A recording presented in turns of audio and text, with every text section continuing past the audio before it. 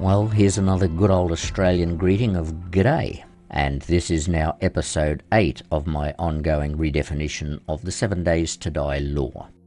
I'm Grassy Beans and I live in Australia. And as an Australian, I would like to proclaim, we of the scrotal area of the earth dangling down in the southern hemisphere like a profound and glorious set of global gonads, disagree with everything you said about the scientific stuff of the universe.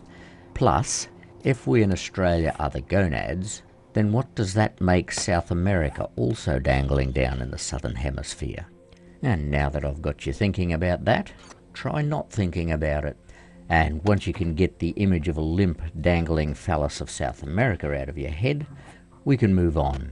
But be honest now, are you still thinking about South American dick? I think you are.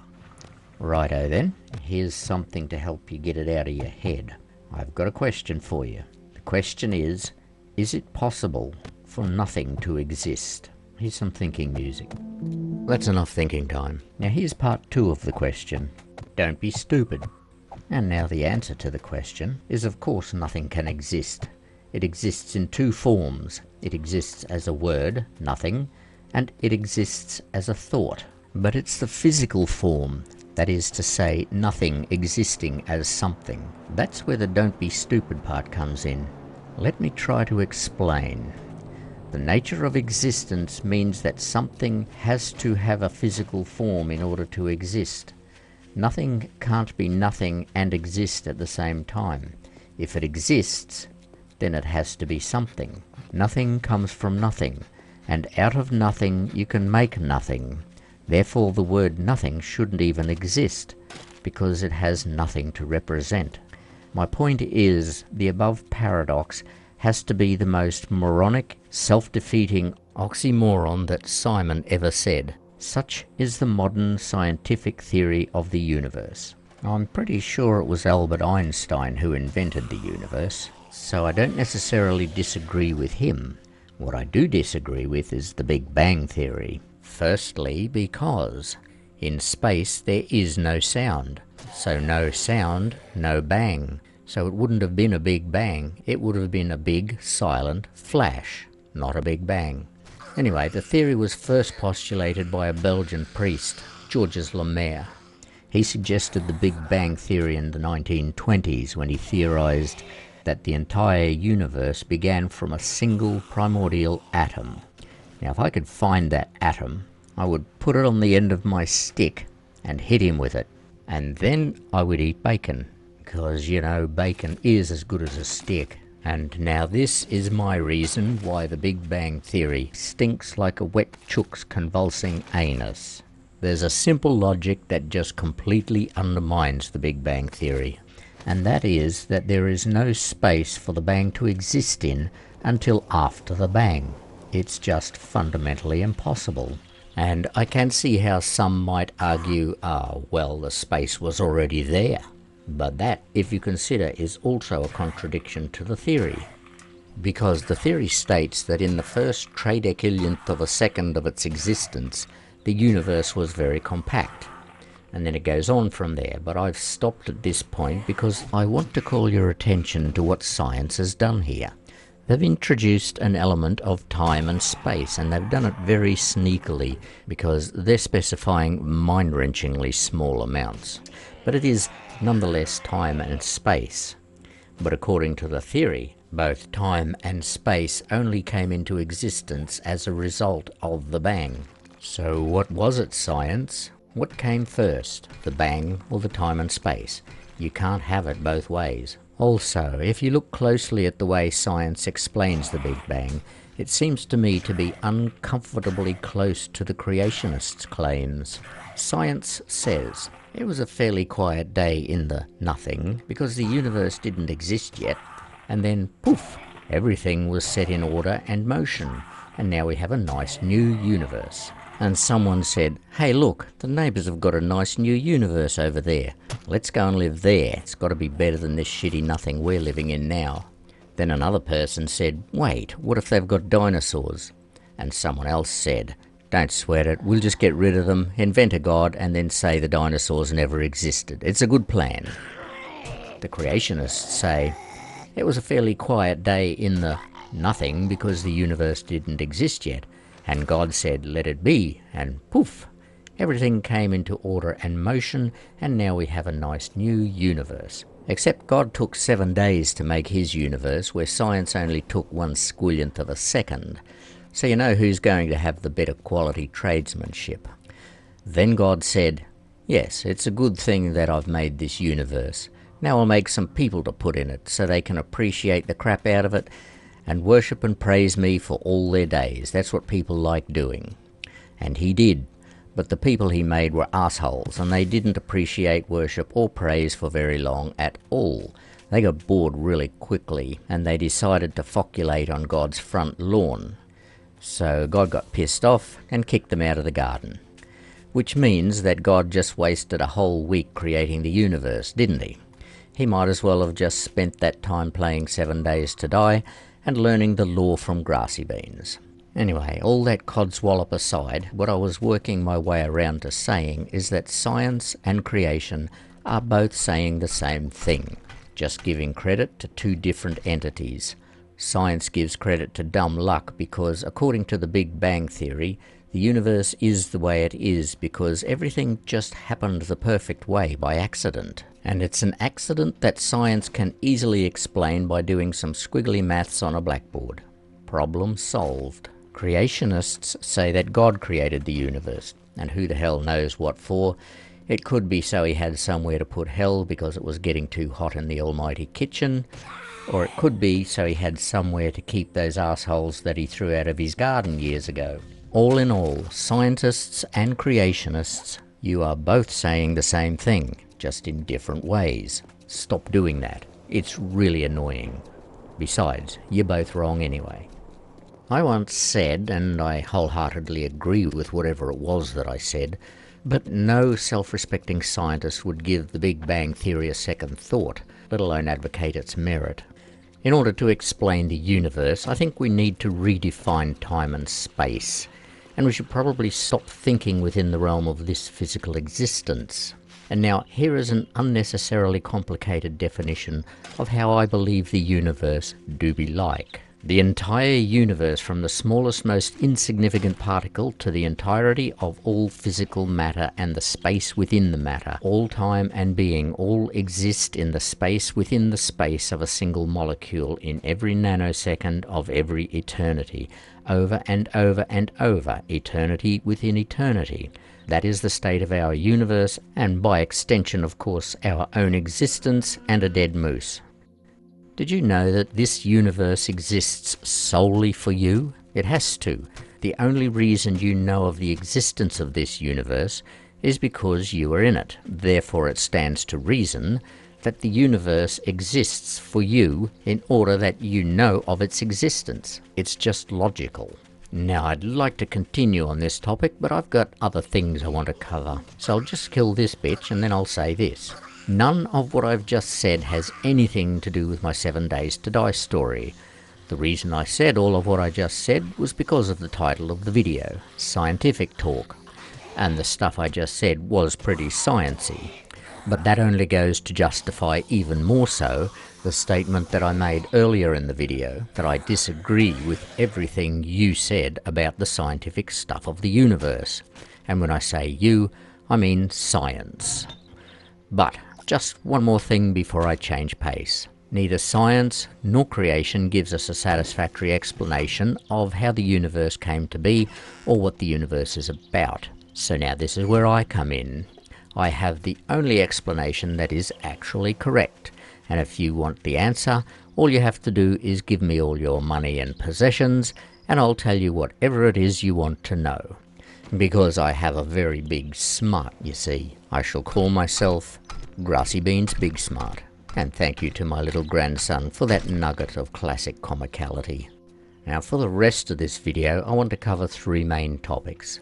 They're all associated with one another because each one is the product of the one before it. The first topic is the QCNs, the quantum computing nodes, and from the QCNs is born the bionomites, and the bionomites are the essence of the S-plasma. They are 3 separate topics individually, but they all come together to be the one. You should know all of these from previous episodes, and if you don't, then I suggest you go back and watch the episodes again. So I better get on with it. There's a lot of other sciencey talk that I want to do other than this. But I have the feeling that I'm not even going to get this topic fully covered in the time that I have left in this video. I probably shouldn't have slathered all that other crap on so thickly in the beginning of the video. But it's all good anyway, because now you know what it is that you don't know about the scientific stuff about the universe. So to get as much covered as possible, I'm just, going to keep right on talking. So here we go. In episode 5, S-Plasma 101, I told you about the free radical scientists using a hybridized hydrogen atom for the formation of the QCNs. So now here is a very simplified explanation of how that was done. However, bear in mind that I'm not a super scientist like these guys. I'm just a self-proclaimed, copiously qualified pseudoscientist, and I specialise in it do be likery. And I'm not sure it's possible, but I think I just broke that meme. Because, you know, there are people who don't think that it do be like it do, and sometimes they do think that it don't be like that. And that's just ballsuckery. Now let's talk about the hydrogen atom. As you may or may not know, depending on your level of fecundity, there are atoms and there are isotopes. Oh, damn it, now I've stepped in a whole puddle of wet, sloppy hydrogen isotopes. Oh, and there's oxygen in there too. Now I'm going to have to find an isotope spatula to scrape all that off my shoes. Anyway, we were talking about isotopes. All an isotope is a different form of the same atom. For example, the hydrogen atom has a number of isotopes. There's protium, which is the basic hydrogen isotope, with 1 proton and 1 electron. Then there's deuterium, which is another hydrogen isotope, with 1 proton, 1 neutron and 1 electron. And thirdly, there's tritium, which has 1 proton, 2 neutrons and 1 electron. Now that's just naming a few of the hydrogen isotopes. There are more. But tritium was the one used for the making of the QCNs. It is the most stable isotope of hydrogen, but it's radioactive in its normal state and is not normally something that you can put into the human body. However, during the transformation of the tritium into the QCN, the tritium undergoes a bombardment process. And during this process, the isotope's second neutron is temporarily separated from the nucleus in an electromagnetic field and only released after treatment. I'll explain the treatment method shortly. For now, all you need to know is that the effect of the treatment renders the radioactivity completely inert, which makes the tritium perfectly safe for medical use in human subjects. Tritium in its normal state emits beta radiation. Beta radiation occurs when a neutron spontaneously becomes a proton and an electron is emitted, and then the reverse can be true. A proton can spontaneously become a neutron, in which case a positron is emitted. Both emissions are beta radiation. And the treatment process is basically a bombardment of the tritium's nucleus with electrons, positrons and gamma radiation. During the treatment, only the proton and the remaining neutron are subject to the bombardment. This has the effect of putting the proton and the neutron into a perpetual and simultaneous state of each being the other. At this point, the second neutron is returned to its place in the nucleus and remains unchanged. And now this is what is happening within the nucleus of the treated tritium isotope. The proton is perpetually in the state of being both a proton and a neutron, and the same is true for the neutron. It is perpetually in the state of being both a neutron and a proton. And because these two are in the constant state of being both itself and the other, no radiation is emitted and the isotope remains stable. Which means that this isotope now exhibits the properties of quantum entanglement. The 3 parts of the nucleus now exist as one, the other, and everything in between. Or to say it another way, a 1, a 0, and both a 1 and a 0 at the same time, which is the definition of quantum computing. So this tritium isotope is now known as a quantum computing node. So now that's an elementary explanation of how the quantum computing nodes are made using a hybridized hydrogen atom. But now how do we get from the QCNs to the bionomites? Well, in order to explain that, I first need to cover the programming of the QCNs. because at this stage they're just another hydrogen atom. So now, just as a comparison, if I were to get a normal computer programmer to explain to you how he programs a computer, you probably wouldn't understand a lot of what he was saying unless you were another computer programmer. And that's just normal computer programming, ones and zeros. This is quantum computing, where all outcomes are possible. Computing at this level is where the technological singularity becomes achievable, or where the computer could potentially gain its own state of consciousness. How do you program something like that? Well, as it turns out, it's quite simple in concept, but not quite so simple in practice. You see, the programming already exists. I told you about it in episode 5. It is the Akashic data. And here's a quick refresher. Whenever you injure yourself, you don't need to think about how to heal it. It just happens. Your body knows how to do it without any conscious effort on your part. That is the programming of the Akashic data. That is where the knowledge to heal exists and where it comes from. But it's not just the knowledge to heal, it's all knowledge. And that includes all knowledge that we know nothing about yet, that science hasn't even conceived of yet, let alone discovered. So, being that the program is already there, the free radical scientists didn't actually have to do any programming. They just had to figure out how to use the programming that already existed.